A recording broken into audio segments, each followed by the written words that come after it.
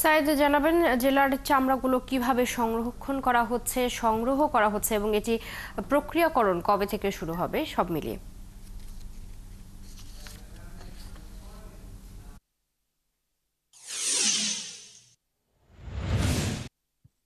জি চৈতি, আপনাকে ধন্যবাদ। আপনি জানেন যে প্রতি বছর কোরবানির ঈদে যে ঘটনাগুলো ঘটে, এবারও কিন্তু তার ব্যত্যয় ঘটেনি। আমরা যেটা দেখেছি যে গতকাল বা পরশুদিন বরাবরই চামড়া বিভিন্ন এলাকা থেকে সংগ্রহ করেছেন বগুড়ার চামড়া ব্যবসায়ীরা। কিন্তু বরাবরই যেটা আমরা দেখে আসছি যে যারা কোরবানি দিয়েছে এবং এই সাধারণ যারা মুসল্লিরা কোরবানি করার পরে চামড়া নিয়ে প্রতি বছর যেমন বিড়ম্বনার শিকার হন, এবারও সেম একই অবস্থায় কিন্তু সৃষ্টি হয়েছিল। কারণ দেখা গেছে যে প্রতিটি কোরবানির পশুর যে চামড়াগুলো আহ সেই তুলনায় চাহিদা একেবারেই ছিল না যে সকল ব্যবসায়ীরা চামড়া ক্রয় করে। এবং এই বগুড়া শহরের আমি যেখানে দাঁড়িয়ে আছি, চকসূত্রপুর এলাকা চামড়াপট্টি বলা হয়ে থাকে।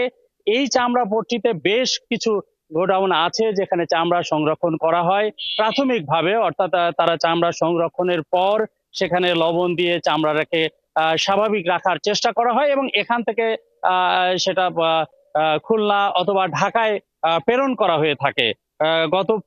গতকাল কিন্তু তারা সে কাজগুলো করেছে। তবে একেবারে গ্রাম পর্যায়ে বা শহরের বিভিন্ন পর্যায়ে যারা কোরবানি দিয়েছে, কোরবানির পশু যারা জবাই করেছে, তারা কিন্তু সেই দামটা পায়নি। আমরা কথা বলেছিলাম তাদের কাছ থেকে, যেখানে একটি বড় মানের গরু, বড় দামের একটি গরু চামড়া সেটা 600, 700, 750 টাকা পর্যন্ত বিক্রি হয়েছে। আবার সেগুলো দেখা গেছে একেবারে ছোট মাঝারি যেগুলো আছে সেগুলো 350, 400 এইরকম। আবার গ্রাম পর্যায়ে কিছু কিছু এলাকায় যেটা আমরা দেখেছি যে সেখানে চামড়া নেওয়ার মতন লোকই কিন্তু ছিল না। এবং আমরা যেটা দেখেছি যে খাসি অথবা ভেড়া, এই প্রাণীগুলোর চামড়া কিন্তু আসলে তারা কেনেনি। আমরা কথা বলেছিলাম এই সকল ব্যবসায়ী অথবা যারা পড়িয়া আছে তাদের সাথে। তারা কিন্তু বলেছেন যে আসলে আমরা চামড়া কেন কিনবো, আমরা যদি এগুলো বিক্রি করতে না পারি অথবা আমাদের কাছ থেকে যারা ঢাকায় এই চামড়াগুলো ক্রয় করে থাকেন, যে সকল ট্রেনারি মালিকরা আছেন, তারা যদি গ্রহণ না করে, তাহলে আমরা টাকা দিয়ে কেন এই চামড়াগুলো ক্রয় করব। এ কারণে তারা কিনতে পারেনি এবং তারা এই যে কম দামে কেনার পিছনে বেশ কিছু যুক্তি কিন্তু তারা দিয়েছেন। তারা বলেছেন যে এবারে গবাদি পশুর মানে চামড়ায় বেশ কিছু মানে রোগের সমস্যার কথা বলেছেন। এগুলো কারণে তারা কম দামে চামড়াগুলো ক্রয় করেছেন। চৈতি, এই ছিল বগুড়ার চামড়া ক্রয় বিক্রয়ের সর্বশেষ তথ্য।